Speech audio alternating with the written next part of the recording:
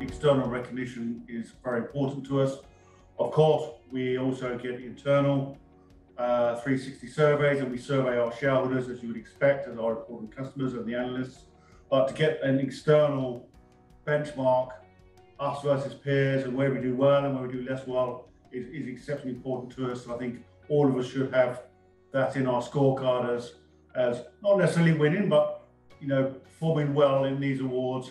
And most importantly, where we're not doing so well, and that feedback comes to us, we look to improve that in the following years. So it's not just where we are in the league tables, if you like, it's really learning what our stakeholders are telling us and improving year by year. So that's why I find external recognition very important. And the II awards are obviously the gold standard of that, being very well established, very well structured, very well resourced, and very well known in the industry. So we always keep an eye out for where we stand, good or bad, in the II rankings, and we do take the learnings on board and look to improve every year.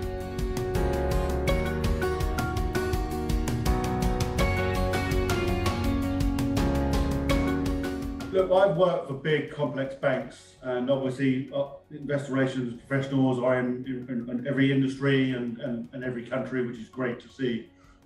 So from the big, complex bank perspective, it's a challenge of getting your arms around that bank and really getting your network in that bank so that you're able to fully disseminate the information in a clear, transparent, good disclosure, a simple way to your shareholders.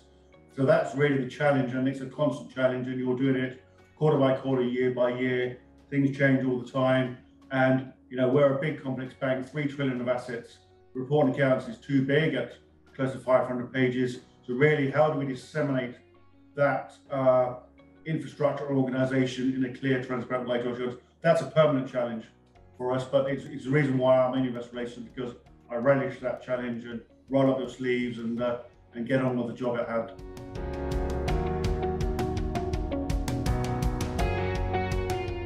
I think it's, I would say, one word: consistency over the medium term plan. So you can do a wonderful presentation one quarter, then a rubbish one the next quarter, and that doesn't do your shareholders any good, and we're here for our shareholders. And obviously we get things wrong all the time, and we have to learn from that. But it's really being an honest, doing the best you can to communicate well to your shareholders and the analyst community, quarter after quarter, year by year, good relationship management, and keep the relationship management going, not just in the good times, but the bad times as well. I would say it's consistency of approach, and being open and honest, and being out there speaking to your stakeholders, your shareholders, even in the bad times, even where you muck things up. I think that's what people value you for. And it's the same in banking with our clients, right? We should be there for our clients in the good times and bad times, and help them out in the good times, but it's consistent relationship management. I think that's the key. It's not the only key to success, but I would say that's the major element from my perspective. Also, your website. So we've invested heavily on our website, and really, over the last 4 or 5 years, made it simpler, clearer. We've still work to do, always will be. We need to improve our ESG signposting, if you like, but we get external benchmarking on that, and the website does always, get high rankings. We're not complacent, but really, so it's the place to go for people, not just institutional shareholders, but retail shareholders, to get information quickly, a very important source of information. So investing time and money, not millions of pounds, but just consistently making sure you're up to date. All the information is there. It's there in the most accessible format, in the new formats which are available as well. And then making sure that you're pushing things out to your shareholders and analysts, but not every day. It has to be meaningful information, on time, where they expect it. So we send emails out on our day results, within 1 or 2 minutes of results, telling our analysts and shareholders look, these are the things which we think you need to keep an eye out for, good and bad. So they're not surprised by anything. That's just one example. We do newsletters. They get reasonable feedback, but certainly that keeps the market informed into our non-financial progress. We obviously do a lot of ESG data packs and so on and so forth. Most companies do these days.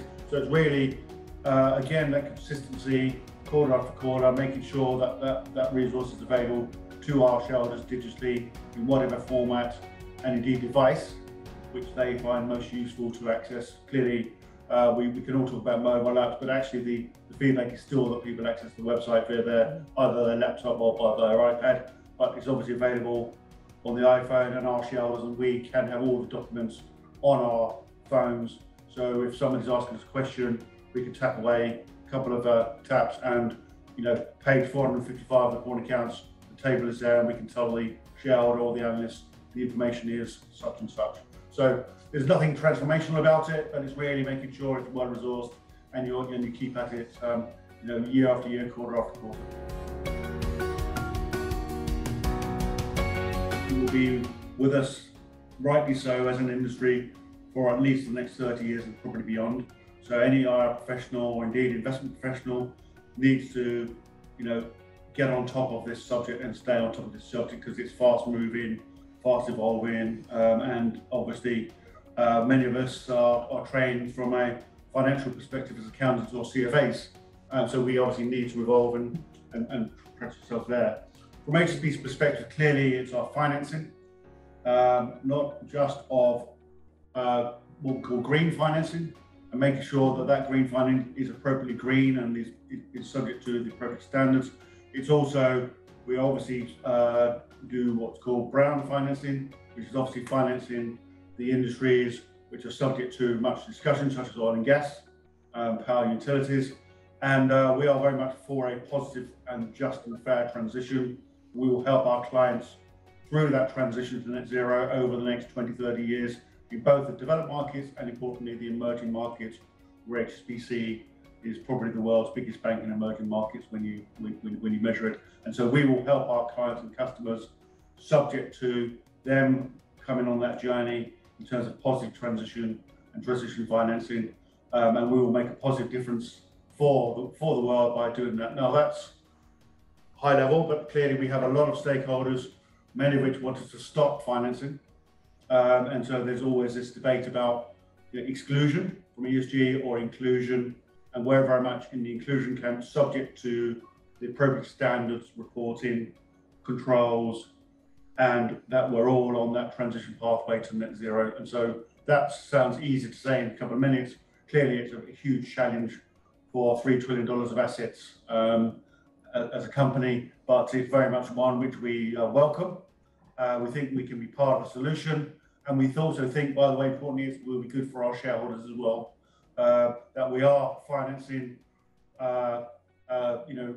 positive projects which make a real difference to the world, which help our clients. But by the way, that's the business we're in. We're in the business of financing our clients, and if we do that, then our shareholders will benefit as well. So it's not just a green phenomenon. We think it's positive from all stakeholders' perspective, including shareholders' perspective.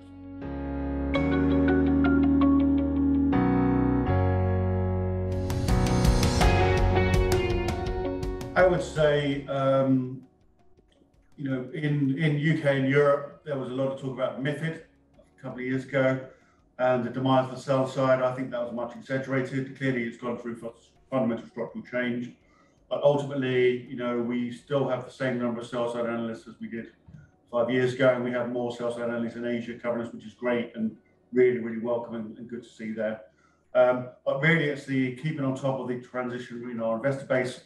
Clearly, active fund management, institutional, is going through rapid change, and we need to keep on top of that change. And again, there are customers and our clients. We need to make sure that we're alive to that, and that we're making sure that we're on top of that. So that's fast moving, and it's fast moving quarter by quarter.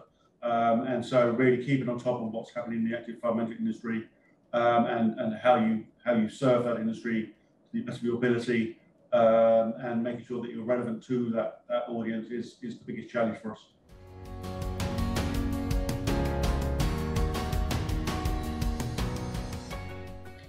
Look, I was born in the very late 60s, so I probably missed out on that fun boom time in the 60s. So, if I had my time again, I'd probably be born maybe 10, 15 years earlier.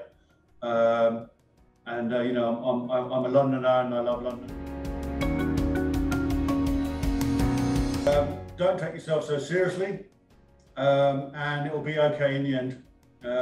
We all have challenges, we all have bad days, but ultimately, life is good, and life is what you make it. So that's what I say to don't take it so seriously. And by the way, take time to reflect. It's important in IR, right? Because we're on this recording cycle, quarter after quarter, year after year. Actually, when you do well, you should reflect and take time to congratulate yourself. And when you do less well, the same thing. Reflect, what can you do better next time? And I think it's taking time to pause and reflect. I think that would be the real thing I would tell my previous self.